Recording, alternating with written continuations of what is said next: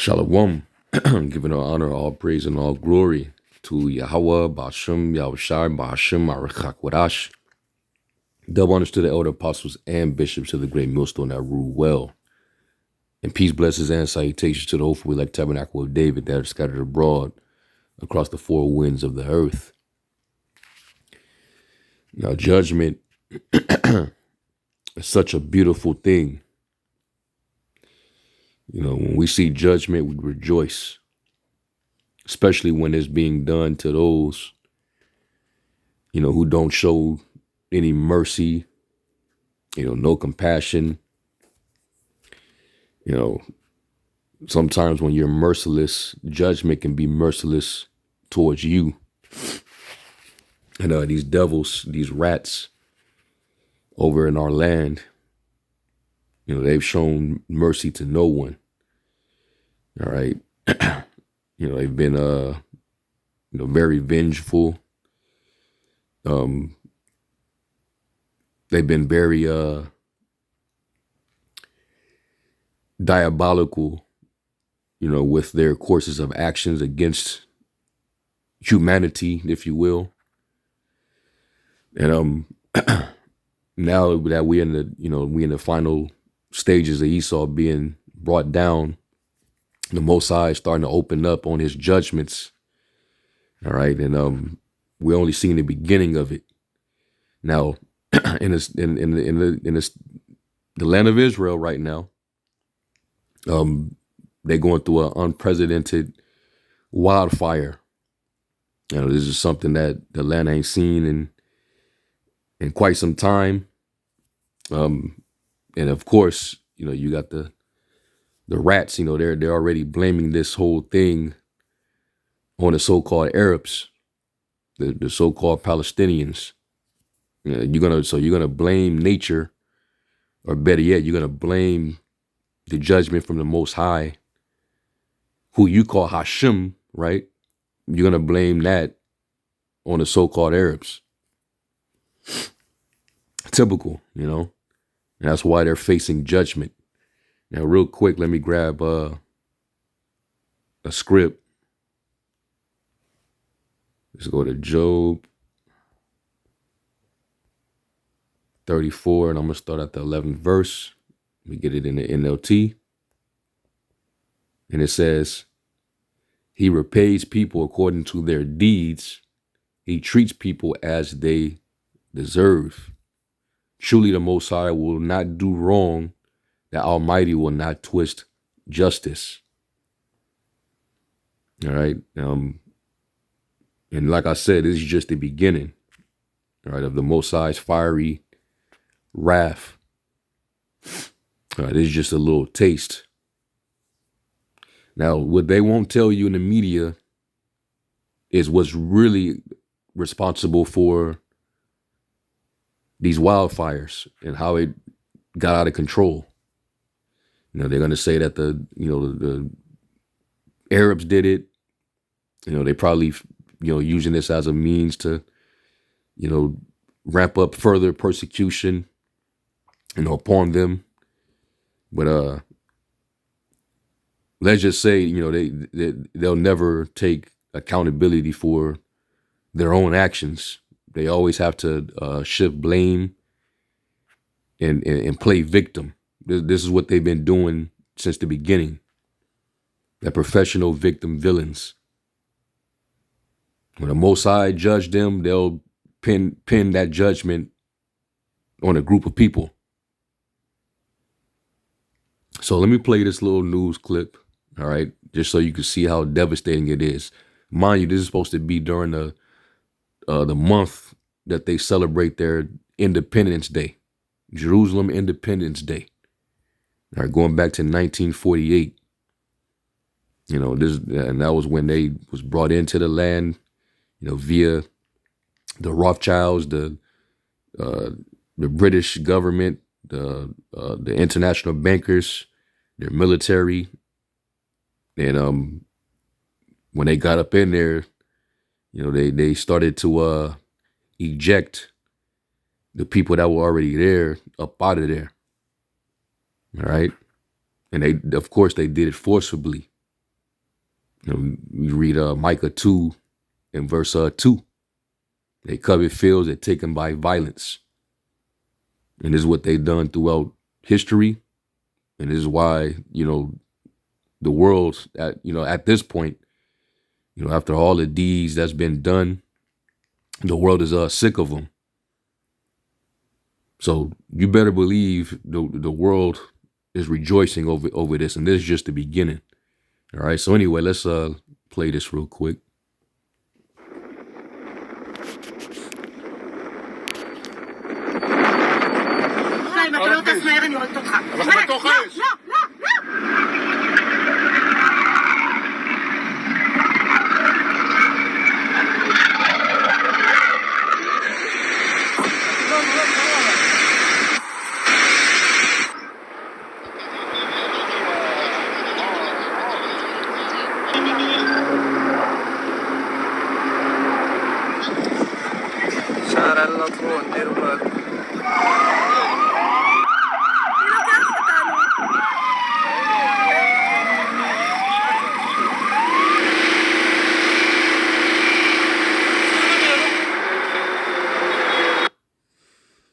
So you see how devastating them fires are. All right. Let me click on this video and see if they got better footage.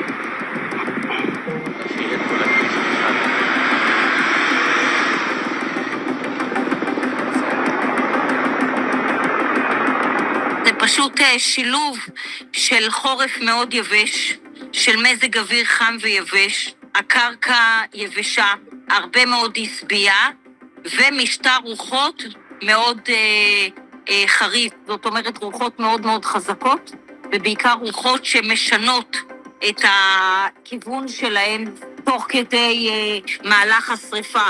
אז גם כשאנחנו מכבים אזור אחד כתוצאה ממשטר רוחות שמתחלף, אז אנחנו מוצאים את עצמנו בזירות משתנות.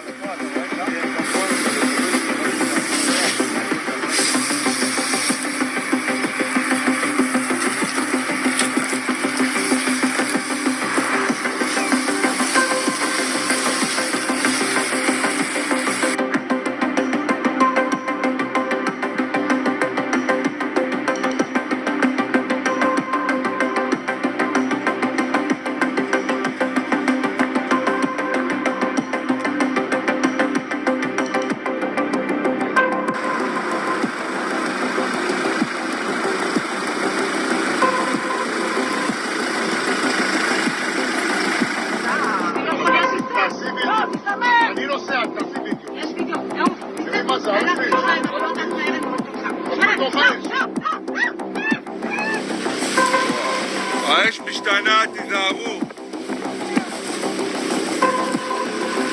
Of course, I was waiting on that. Of course.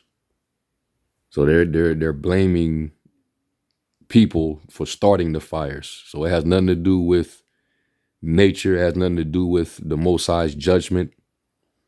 It has nothing to do with the fire, the flammable trees that they actually planted in these regions, in these areas. This man is the devil, man. And they wonder why judgment is happening.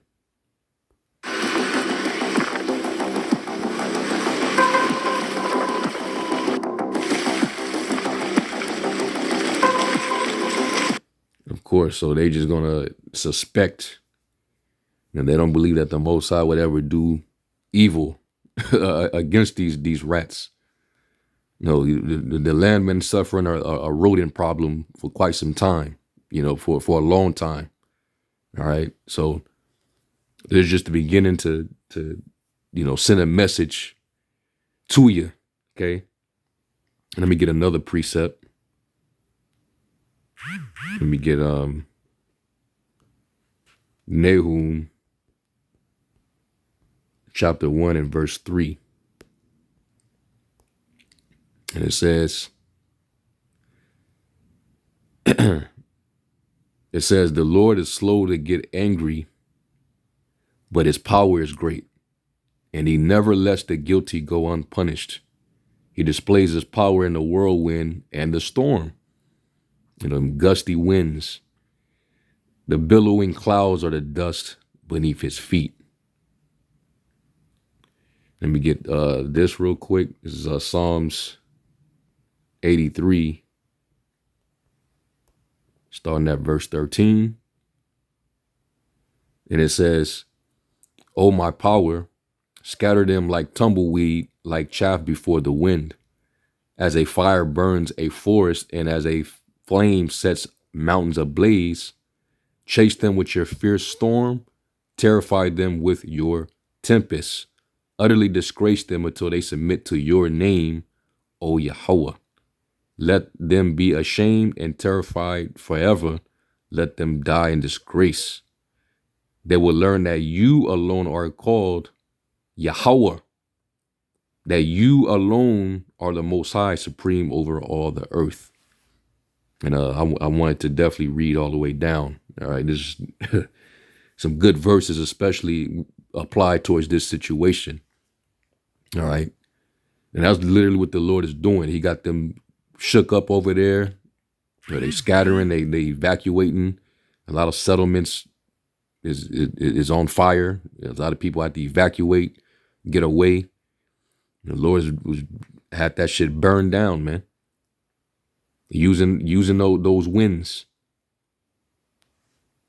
All right. So you devils are getting what you get. All right. The energy that you send off is what returns. All right. Let me grab this now, because also they're not showing this as well, that they also had a big dust storm as well. We play this one. This is on X.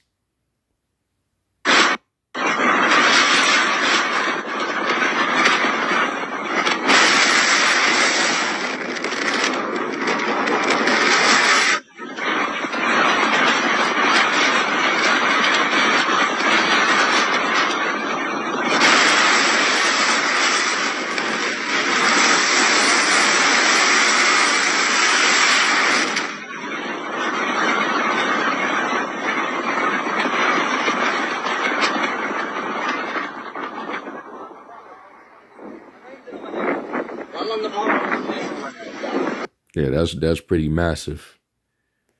All right, and even in our law, the Lord said that, which this is actually applied towards, the true Israel.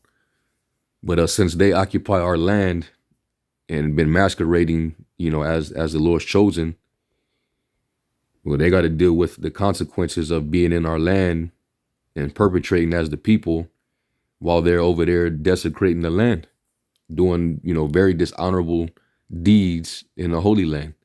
So this is what the Lord said, which would be a part of our curse. Now they got to feel part of our curse. And the Lord said, this is Deuteronomy 28:24 in the NLT. It says, "The Lord will change the rain that falls on your land into powder, and dust will pour down from the sky until you are destroyed." That sounds to me that's describing a dust storm, and that definitely decimates your crops. It pollutes it. So all these things happening at this time, but you're gonna blame that on the Arabs? This is clearly judgment from the Most High, who you call Hashem, which we know his true name. All right, and we call upon that name. His name is dreadful among you heathens. But that's who's bringing this judgment upon you, and this is just only the beginning. And y'all know what y'all have done. So this is beautiful to see. All right, but let me also get this one, because while they finna point the finger at them Ishmaelites, there's footage of them. This is from I don't know how many years ago, but they built a catapult to start a fire over in Lebanon. This is what they were doing. Just play this real quick. So while the land is on fire, they were actually trying to start fires over in enemy territory.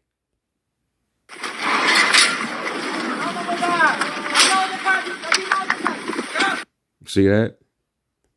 They always been a very vengeful people, man.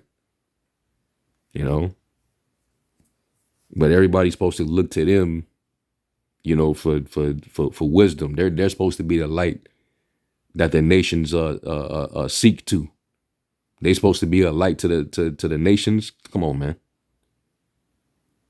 And the scriptures, one of the ways you know that they're not the people was that when the true chosen people return to the land, there won't be any wars anymore.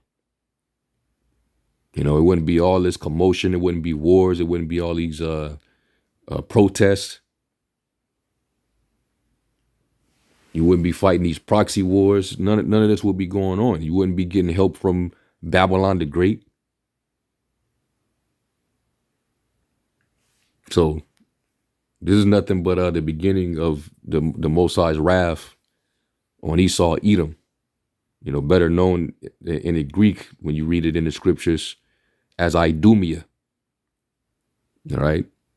Just wait till the final judgment happens, when the Lord, he said that his sword shall be bathed in heaven and shall come down upon Idumea, the people that are cursed to his judgment. Just wait for it, man. But right now, he's blazing the land up, just to send a message to the rodents. Now, let's get to the bottom of it now, because this is what the media won't tell you. So let's go here, and I want to play this real quick. This video right here. Now I'm gonna play the whole video, so 6 minutes and 5 seconds. All right, where they actually give you the rundown of the history. And when they got up in there and they resettled in the land, they ejected the Palestinians out. They started planting trees because, we know that majority of them that came into the land, they came out of Europe. So when they came into the land and got them up out of there, they said, well, let us rebuild the desolate places. What does that sound like? When you read that in Malachi, for we will return and rebuild the desolate places. All right. So that's simply what they did when they came into the land and declared their independence. They started to build, and they also started doing a lot of planting. They planted a lot of trees through I think they call it the JNF, the Jewish National Funding, and that was how they was able to fund the rebuilding and planting of the land. And they planted these trees that are not native to that region. These were native to Europe. They were European trees known as the Aleppo pine tree. All right, and they planted a lot of them because they wanted the landscape to remind them of Europe, basically, and thus they didn't consider that it was actually dangerous because it's hazardous to plant in that hot, windy region those type of trees because they're flammable, highly flammable. So this is what they're not going to tell you, but I'm gonna play this and they break it down. All right. So without further ado, let's listen. And this is fair use, by the way, fair use. This is a story about how Israel uses trees to ethnically cleanse Palestine. It's a story that involves European pine trees, international celebrities, and if you've ever donated to this little blue box, it involves you too. The story begins in 1948, when Zionist militias forced over 75% of the Palestinian population out of their homes and off their land, emptying and destroying over 500 Palestinian villages. Palestinians called this event the Nakba, which is Arabic for catastrophe. Israelis mark this event as their Independence Day.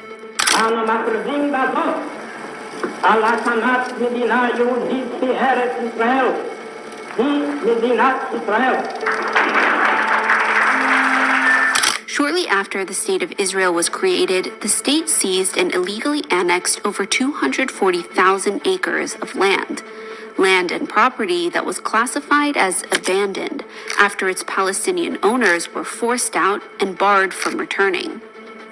This stolen Palestinian land was transferred to an organization by the name of the Jewish National Fund, or the JNF, an international organization with charitable status in countries like the US, Canada, and the UK. But the JNF isn't your average charity. Established in 1901, the JNF has played a key role in the colonization of Palestine, in its early days collecting money for the Zionist movement to buy up Palestinian land for European Jewish colonists, with a mandate to redeem land in Palestine for the purpose of settling Jews. Part of the way the JNF raised money to buy land in Palestine was through these blue tin boxes. By World War II, over 1 million JNF collection boxes had been distributed to Jewish communities all around the world, with each coin dropped into these blue tin boxes going towards land purchases and tree planting in Palestine. But before the Nakba, the JNF wasn't really that successful. As of May 1948, the JNF had only managed to purchase around 3.56% of the land of historic Palestine. But after the Nakba, through the forcible seizure of Palestinian land, that number rose to 13%, over 600,000 acres of land. And with all this new land at its disposal, the JNF embarked on a massive tree planting drive across occupied Palestine, claiming it was planting forests on barren, desolate land, presenting its project to the world as environmentalism, building family-friendly green lungs across the country. Except these green lungs were conveniently built where Palestinian villages and towns once stood, greenwashing Israel's wholesale destruction of Palestinian communities, with the intent of not only concealing their remains, but also using forests to confiscate more stolen Palestinian land. And the JNF's tree of choice? This European pine tree. Instead of planting indigenous trees like the olive tree, which had been on the land for centuries, the JNF instead opted for trees indigenous to Europe, trees that would later prove to be flammable under West Asian heat and extremely detrimental to the land. Why this tree? Well, because settlers didn't just want the land, they also wanted it to look like Europe, transforming the Levantine landscape into something European Jewish settlers would feel at home in. So one by one, Palestinian villages were emptied and destroyed, and man-made forests, nature, and recreational parks filled with highly flammable European pine trees emerged in their place. Al-Lajun became Megiddo Forest, Beit Jiz turned into Rabin Park, and American Independence Park was built on the ruins of 7 Palestinian villages. Through the JNF's environmental work, over 250 million trees were planted throughout historic Palestine, covering up the remains of over 500 Palestinian destroyed villages. All thanks to tax-free donations from Jews and non-Jews around the world, with the blue collection box becoming a sentimental icon that represented a connection to the National Zionist Project, with so many people either donating or planting trees. From politicians of today like Kamala Harris, I fondly remember those Jewish National Fund boxes that we would use to collect donations to plant trees for Israel, to iconic celebrities like Frank Sinatra and Elizabeth Taylor, all complicit in greenwashing. But behind the photo ops and little blue boxes is the truth of what lay beneath these forests. Today, more than 2/3 of all JNF parks are built on destroyed Palestinian villages. Real quick, doesn't this kind of give you a reminder of what Esau did over here in the States? Where they ran Jake out of their homes, out of their neighborhoods, out of their so-called communities, forced them out violently. Then they, basically, settled and rebuild on their, structure. And, what used to be hospitals and schools and community centers and stuff like that, they turned it into parks. They turned it into lakes. And this is what, so they're showing you that pattern. This is what they do. When you read Micah 2:2, is what they've been known to do. They've done it all over the world. They'll destroy a place, destroy a region of land, just to take it for their own possession. They colonize, and then they rebuild what they want to rebuild. Matter of fact, if I can, let me get this in not Obadiah, Malachi. This is Malachi 1 and verse 4. And it says, whereas Edom saith, we are impoverished, but we will return and build the desolate places. Thus saith the Lord of hosts, they shall build, but I will throw down, and they shall call them the border of wickedness, and the people against whom the Lord have indignation forever. And the Most High is going to always have it out for Esau, Edom. Right? No matter how much they try to spin the narrative, to say that the Edomites were done away, that, they're not currently existing, or they'll shift that identity to the so-called Arab people, which some of the Arabs actually are Edomites. I believe like them Saudi princes and the higher ups in Arabia, a lot of them they mingled with the Edomites, so a lot of them are Esau too. But then you got Ishmael. But they always try to confuse the masses with the change of history. They try to throw the Arabs up in there, because they don't want to really truly identify with who they truly are biblically. All right. Because if the world understood, and we're the main ones that's, we push that to the forefront. If anybody know that these people are the Edomites, or they refer to them as the Edomites, because they're watching us, they're watching the Israelites, primarily the prophets of the Lord. All right. Or one West Israelite. So now you see why the Most High is, he's going after, this devil's infrastructures, man. Okay. So let's finish this out. So now you get to see how, this all contributed to their own ruin. They're not going to take accountability. They're going to shift the blame like they normally do. All right, this is nothing but the Most High bringing judgment down. That's 46 out of 68 national parks. The JNF continues to operate in countries around the world, using tax-free donations to not only cover up the crimes of the past, but to steal more and more Palestinian land today, in places like the Naqab Desert, where the JNF is working now with the State of Israel to use forestation or the process of planting trees to evict Palestinian Bedouins from their lands and replace them with Jewish settlers, all under the guise of making the desert bloom. This story, and so many others like it, is a reminder of how even the most innocent things, like trees or charities that plant trees, when used by colonial entities like Israel, are often just a cover-up for something much more sinister. This one just happens to be a cover-up that's been 76 years in the making. And the Mosai finally answered, all right? Because the Mosai, he's like the scripture said, he's slow to wrath, but he's great in power and will not at all acquit the wicked. All right? So we're in that time now. The Mosai is bringing judgment. Don't try to shift blame. All right? Like, and that's what this devil do, right? Like those wildfires that happened in California months ago. They tried to, say that it was arsonists starting these fires and they was making arrests.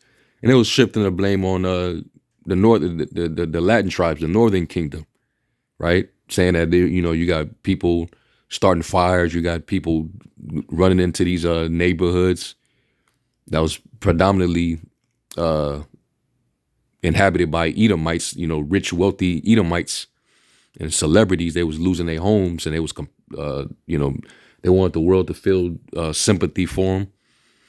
But they was trying to say that Jake was running up in them fiery hills, running towards danger, risking their lives and looting.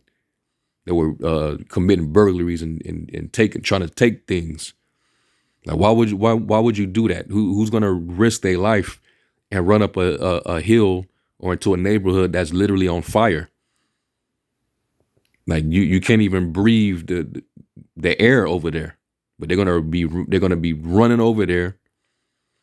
They're gonna drive all the way out away from their own neighborhood, and drive towards danger, just to risk what to grab what exactly. So the same thing with how they're shifting the narrative to blame those so-called Arabs over there. Why would they burn down their own settlement? Or what used to be their settlement, which technically none of them really belongs there. That's our land, and that's also part of the reason why the Mosai is bringing judgment on that land, because you got heathen nations that occupy it that claim, they claim it as theirs, as their heritage, but it is really not. You heathens parted our land for your possession. So now it's suffering is judgment, the judgment that's due. And this is only just the beginning. This ain't close to being done. The Lord ain't close to being done with you. But let me grab this as well. Let me get Amos 6 and 3. Not 6 and 3. Amos 3 and 6. This is Amos 3 and 6. It says, when the ram's horn blows a warning, shouldn't the people be alarmed? Does disaster come to a city unless the Lord has planned it? So they should know. They're supposed to be the Lord's chosen people. And they follow the Torah, and they understand the nature and purpose of the Most High God. Then they should know that this is, the Most High's judgment. This is the Lord planned that. Okay. The Lord, he controls these different judgments. And the scriptures even say in Sirach 39 that fire is a spirit of vengeance. Let me actually grab that.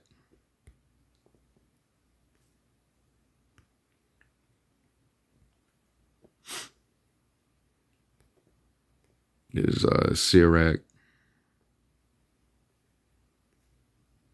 Yeah, Sirach 39 and 28. It says, there be spirits that are created for vengeance, which in their fury lay on sword strokes. In the time of destruction, they pour out their force and appease the wrath of him that made them. Fire and hell and famine and death, all these were created for vengeance, teeth of wild beasts and scorpions, serpents, and a sword punishing the wicked to destruction. All right, so fire is a spirit created for vengeance. So the Lord burning all that down, the Most High just sending signals to them rodents. You know, it's been going on for long enough. And the scriptures say, let favor be showed unto the wicked, yet in the land of uprightness, he will not learn righteousness. Like, this is what they've been doing all this time, man. They ain't been following the law of the land. Why would you, like, they took down everything, made it desolate, and then rebuilt and planted on it, and planted the wrong trees all over the region. Trees that are native to the other side of the Mediterranean. It says, let favor be showed to the wicked, Isaiah 26 and 10. Yet will he not learn righteousness. In the land of uprightness will he deal unjustly, and will not behold the majesty of the Lord. That's why it says in Psalms 50 and 16, unto the wicked, what hast thou to do to declare my statutes? That thou shalt take my covenant in thy mouth, seeing thou hatest instruction, and cast of my word behind thee. They don't follow the laws of the scriptures. But yet they want to perpetrate as the people of the Most High. But why is the land suffering this? If you're the people, why is this happening? This ain't nothing but the Most High's fury, man. This is his indignation beginning on you. All right. Let me get Isaiah 24.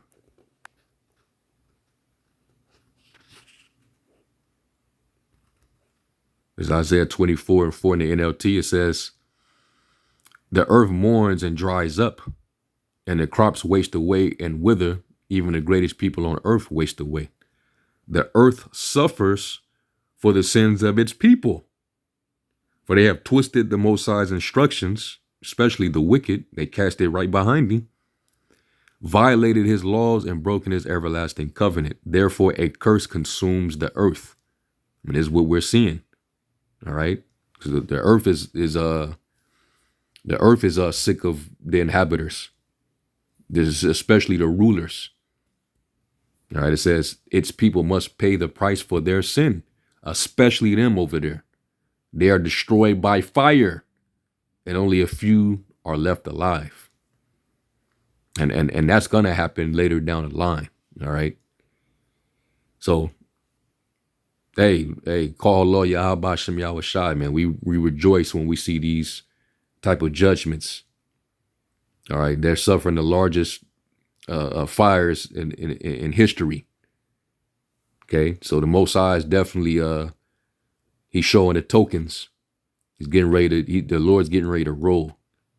Okay, and that means that you devils, y'all getting ready to roll too. But so in the Revelation 12 and 12. You're going to come down with your wrath because you know that you have but a short time. But it's all, hey, do what you must. Don't drag your feet. All right. We almost up out of here. The Lord's getting ready to deliver us and bring the rightful people back to their rightful land, given to us by way of promise. So anyway, I'm going to end off with that. I'm going to give all honor, all praise, and glory to Yahweh, Ba'ashem, Yahushai, Ba'ashem, Arachak, Wadash. There ones to the elder apostles and bishops of the great millstone that rule well. Peace, blessings, and salutations to the elect. Shalom.